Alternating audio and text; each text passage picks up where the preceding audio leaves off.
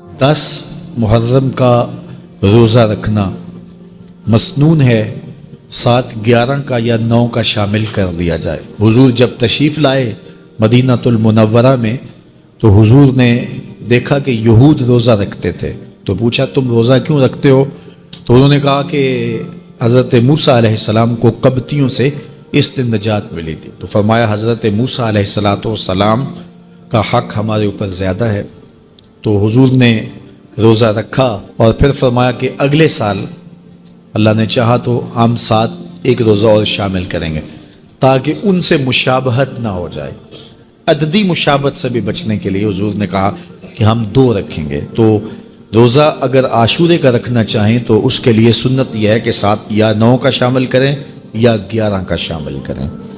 तो जो अफजल तरीन रोज़े हैं उनमें से आशूरे के रोज़ों का भी शुमार होता है। तो अगर मुमकिन हो तो जिनको अल्लाह ने सेहत अता की है, तो आजकल इतनी शिद्दत की गर्मी भी बाकी नहीं रही, तो वो ये रोज़े रखें, ज़िक्र व फ़िक्र के अंदर इन अय्याम को गुजारें। अपने वालिदैन की कब्रों पर, अइज़्ज़ो अक़रबा की कब्रों पर हर जुमे को जाना चाहिए। उसके अलावा भी जब मौका मिले, ये रिवाज जो पैदा हो गया है कि 9 मुहर्रम को या 10 मुहर्रम को मिट्टी डालने के लिए वहाँ कब्रिस्तान में जाया जाता है, ये 8, 10, 15 साल से शुरू हुआ है, जबकि इसकी कोई असल नहीं है।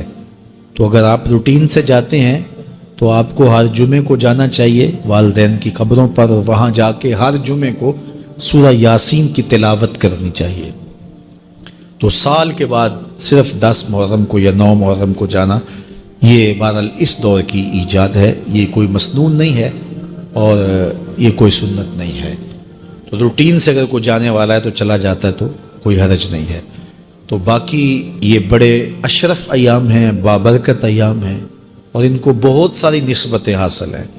हज़रत इमाम हुसैन रज़ियल्लाहु ताला अन्हु की शहादत के साथ यौम आशूर को निस्बत हासिल है, और इसके अलावा भी बहुत सारे आली मर्तबत जो है वो हस्तियों के विसाल का दिन भी है, और बहुत सारे वाक़यात इस दिन जो है वो रूह पजीर हुए हैं। तो ये इस लिहाज से बहुत ही बाबरकत और जो है वो मुबारक यौम है। तो इस दिन को ज़िक्र व फ़िक्र में, इबादत में बसर कीजिएगा और अपनी ज़िंदगी की एक एक सात को अल्लाह और उसके रसूल के नाम पर लगा देने के जज्बों से सरशार होके ज़िंदगी गुजारिएगा। हज़रत इमाम पाक उन्होंने अपनी ज़िंदगी दीन के लिए कुर्बान कर दी। तो ये 10 मुहर्रम हमें सबक देता है और हम उस दिन अहद करते हैं, अगर उन्होंने अपने बच्चे भी कुर्बान कर दिए और अपनी औलादें भी भूख और प्यास में कुर्बान कर दी, तो आका करीम ने फरमाया, लोगों मैं तुम्हारे अंदर वो चीज़ें छोड़ी हैं, अगर तुम उनको मजबूती से पकड़ लो तुम कभी भी गुमराह नहीं होगे। जिस तरह पिछली उम्मतें अंबिया अलैहिमुस्सलाम के चले जाने के बाद दोबारा गुमराही में पलट गई, गुमराही की तरफ चली गई, तो ऐसा नहीं कि तुम भी गुमराही की तरफ चले जाओ। अगर तुम मेरी नसीहत पे अमल करो तो 2 चीज़ें तुम्हारे अंदर ऐसी छोड़ के जा रहा हूं, उनके दामन को मजबूती से थाम लो तो कभी भी गुमराह नहीं होगे। उनमें से पहली चीज़ किताबुल्लाह, अल्लाह की किताब, और दूसरी भारी चीज़ जो मैं तुम्हारे अंदर छोड़ के जा रहा हूं वो मेरे अहले बैत नबूवत है। तो हुजूर ने तो जमानत दी थी कि तुम गुमराह नहीं होगे, लन तदिल्लु, तुम कभी भी गुमराह नहीं होगे। और ये 73 ग्रोहों में कैसे बट गए?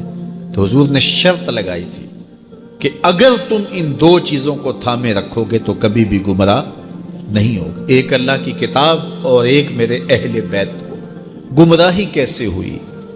किसी ने किताब को छोड़ दिया, किसी ने अहले बैत नबूवत को छोड़ दिया। गुमराही तब हुई, किसी ने किताब की बात तो की लेकिन अहले बैत का बुग़्ज़ सीनों में पलता रहा, और किसी ने अहले बैत के नाम की दुहाई तो दी लेकिन किताब के पारे भी पूरे ना माने। तुम्हें मुबारक हो, तुम्हारे एक हाथ में कुरान है, एक हाथ में अहले बैत नबूवत का दामन। तो जिसने किताबुल्लाह को छोड़ा वो भी गुमराह हो गया, और जिसने अहले बैत के दामन को छोड़ा वो भी गुमराह हो गया, और जिसने दोनों के दामन को पकड़ लिया तो वो कामयाब हुआ, बामुराद हुआ और हिदायत पे काम